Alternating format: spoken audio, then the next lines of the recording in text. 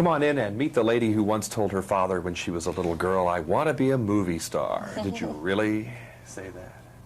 Oh, yeah. I told not only my daddy, I told everybody at school that I would be. Not I wanted to be, I would be. I'd be a singer and a movie star.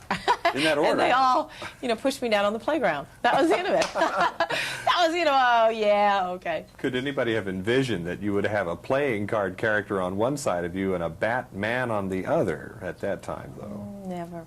Could Boy. you have?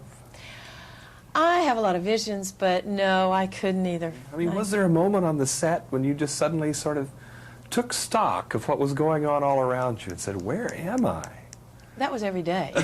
That was every day, and especially when I got off the plane in London. I mean, I said, where are we? What are we doing? I was Dorothy in The Wizard of Oz during this whole filming. I really was. It was actually a great place to be, really special. On the whole, was it also a good place to be one of the few women, at least that we see on screen, in what is seemingly a man's world there? Right.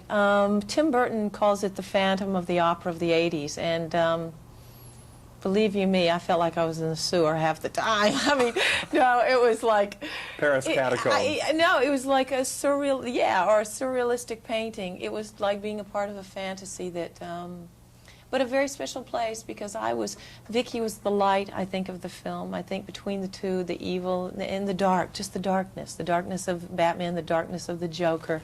I think she was the light and the ground floor, so to speak. She was the reality. She was the one that could stand back with her bowl of popcorn and watch these little boys just go at it, and then all of a sudden fruitcakes, I think is the word. Yeah, it's fruitcakes is exactly right.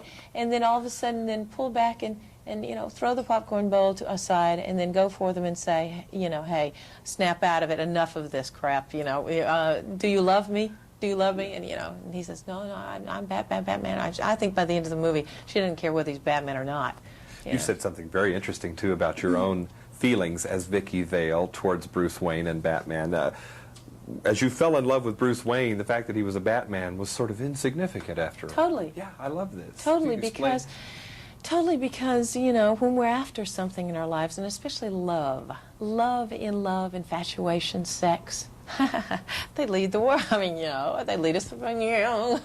So, it's no different with Vicki Vale. I mean, she fell in love with Bruce Wayne, and I don't care if he dresses up as Jack the Ripper and goes and whatever. It doesn't matter. By the end of the movie, I think she could care less about journalism. She could care less about bats. She could care less about the hoopla. She could care less.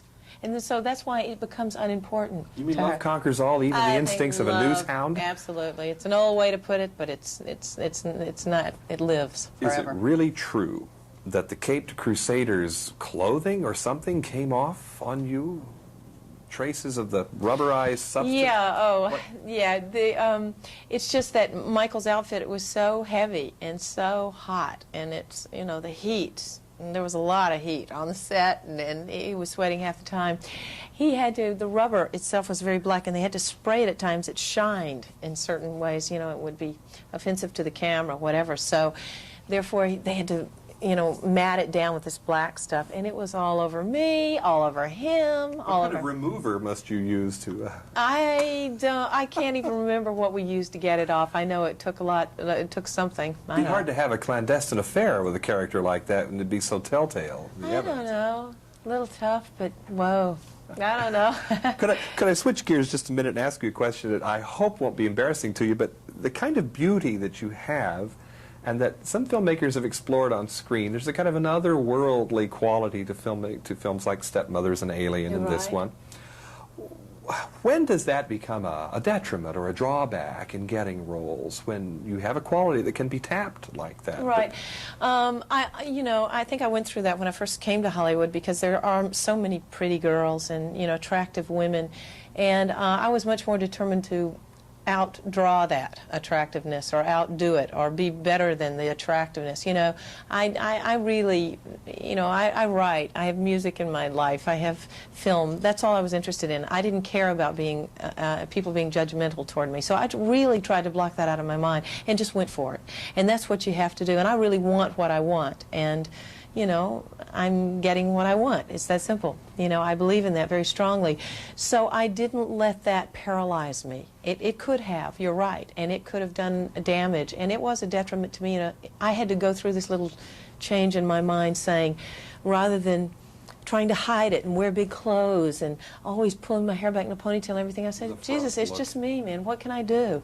You know, because in the 70s when they were doing films, you know, when films were coming in the 70s and early 80s, and when I was really in Hollywood, and I came to Hollywood in the early 80s, it started off, I mean, look at the women. I mean, they weren't that attractive women that were getting the big roles in town, you know, so you had to sort of dress up and look dumpy and pray. You know? Well, I said, after a while, I said, this is ridiculous. Accept yourself, Kim, and just go for it, man. So that's exactly what I've done. And she did. And the little girl that wanted to become a movie star, Kim Basinger, did indeed do that. Thank you. Not so many years later. Thank you. We were both in Hollywood talking about Batman. I'm John Tibbetts for KCTV 5.